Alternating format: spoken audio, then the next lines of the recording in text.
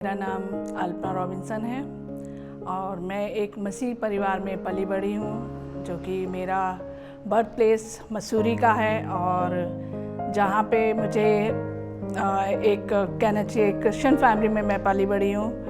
और मेरी मम्मी जो एक विश्वासी थी और जब कहना चाहिए एक मसीह परिवार में एक संगति जैसे रखना चाहिए था मुझे, मेरे जीवन में वो नहीं था। कहने को एक नाम से मैं तो क्रिश्चियन कहलाती थी, मगर मेरे जीवन में एक प्रभु की जो संगति होनी चाहिए थी वो मेरे जीवन में नहीं थी। और मैं संडे स्कूल जाती थी, सारे मैं यूथ फेलोशिप सब करती थी, मगर मेरे जीवन में वो शांति नहीं थी। सन 1993 में जब मैंने प्रभु को ग्रहण किया तो मैंने जाना कि प्रभु की खुशी क्या होती है। उसके बाद से फिर मैं धीरे धीरे परमेश्वर की संगति में आने लगी। संगति के साथ साथ प्रभु से सब कुछ मांगने लगी। इसके साथ साथ मेरी बहनें भी, मेरे परिवार में सब लोग संगति में आने लगे। और मम्मी जो अकेली थी वो अकेली नहीं पड़ी, फिर हम लोग सब साथ रहने लगे। उसके बाद हम लोग, मेरी जब शादी हुई, शादी को एक मसीह परिवार में एक ऐसा परिवार मिला जिसमें निरंतर परमेश्वर की संगति होती है। इसके लिए मैं परमेश्वर का धन्यवाद करती हूँ कि मैंने यही मांगा था परमेश्वर से कि परमेश्वर मुझे ऐसा परिवार देना कि जहाँ पे तेरी संगति होने वाली हो। और संगति के साथ साथ मैं परमेश्वर से दुआ भी कर रही थी, मगर कहीं मेरे जीवन में कुछ कमी थी जो कि मेरे लिए रुकावटें आ रही थी। कहने को शादी के मेरे पूरे 12 साल हो चुके थे और मुझे कोई इशू नहीं था। उन 12 सालों के बीच में मेरे को 2 बार कंसीव करा था मैंने, और वो दोनों बार मेरे जो थे वो ख़राब हो गए थे। यहाँ तक कि डॉक्टरों को दिखाया, सब कुछ करा, कई तरह के इलाज हुआ मुझे, मगर मैं कंसीव नहीं हो पा रही थी। तो हर तरफ से मेरे को काफ़ी निराशा में महसूस करने लगी थी। और निराशा के साथ साथ मेरे अंदर कुछ ऐसा मेरे जीवन में होने लगा था कि मैं एकदम गुस्सा करने लगी थी, चिड़चिड़ाहट, सब कुछ होने लगा था मुझे। और ये चीज़ आपस में झगड़ा मेरे हस्बैंड के साथ होता था, तो मैं हमेशा उल्टा सीधा उनसे कुछ कह देती थी। मगर परमेश्वर का धन्यवाद करती हूँ कि उसमें भी परमेश्वर ने उनको संभाल के रखा। उन्होंने कभी मुझे ऐसा कुछ नहीं करा।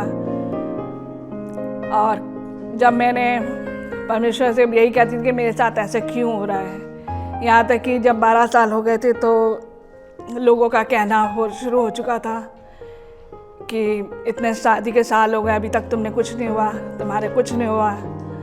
तो जवाब मैं कुछ नहीं कह पाती थी। मैंने कहा जब होगा परमेश्वर देगा, मेरा जवाब था। तो फिर मैं इनसे भी कहती थी, अपने पति से, कि अभी तक हमारा कुछ नहीं हो रहा है। तो ये कहते थे कि तुम इतना निराश क्यों होती हो। तो खैर मैंने उस बात को फिर छोड़ा। फिर उसके बाद मुझे जॉब मिली और मैं जॉब करने लगी, फिर टीचिंग लाइन में आ गई।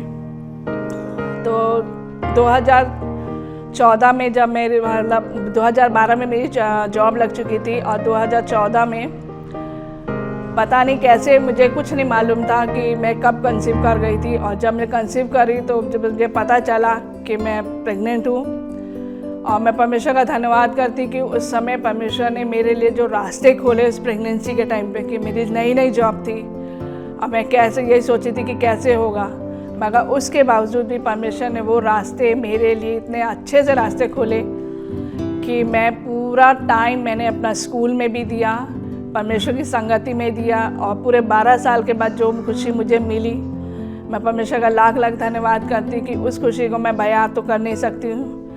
मेरे जीवन से द्वारा और इस गवाही के द्वारा मैं यही चाहूँगी कि परमेश्वर इस गवाही के द्वारा और लोगों को आशीष मिले, क्योंकि जिस तरह से मुझे ये मतलब बच्चा मिला परमेश्वर की दया से और परमेश्वर की महिमा से, उसके लिए मैं लाख लाख धन्यवाद करती हूँ परमेश्वर का कि ये बच्ची मेरी जो मेरे पास है, जो इस समय 2 साल की हो गई है, इसकी ब्लेसिंग्स और इसके साथ साथ इसके ऊपर जो परमेश्वर ने आशीषें दी है वो उसको मैं बयान नहीं कर सकती। क्योंकि जो चीज़ मैं सोचती हूँ उससे कहीं ज़्यादा मेरे जीवन में और मेरे परिवार में वो चीज़ हुई है।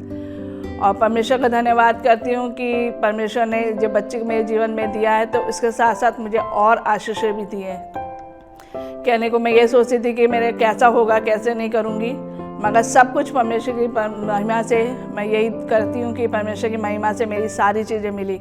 इवन जब मैं प्रेग्नेंट थी तो जितने भी टेस्ट होते थे मैं परमेश्वर से बस यही कहती कि परमेश्वर वहाँ तेरी उपस्थिति महसूस होनी चाहिए। इवन जब मेरा फर्स्ट अल्ट्रासाउंड हुआ था प्रेगनेंसी के टाइम पे, तो मैंने यहाँ कहा था कि परमेश्वर वहाँ तेरी उपस्थिति मुझे चाहिए। जब मैं स्ट्रेचर पर लेटी हुई थी तो मैंने वो हाथ ऐसे देखे मेरे को संभालते हुए कि मैं एकदम से मैं ये चौंक गई थी कि ये हाथ कैसे। मैं पहले तो मैं डरी, फिर मुझे एकदम से ध्यान है कि नहीं, परमेश्वर मेरे साथ है और ये हाथ मेरे परमेश्वर के हैं।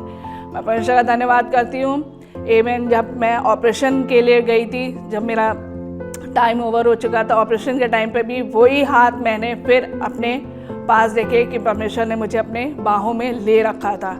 मुझे किसी तरह की तकलीफ़ नहीं हुई। इवन जब ऑपरेशन के बाद कितनी तकलीफ़ होती है लेडीज़ को, मुझे वो चीज़ कुछ नहीं हुआ।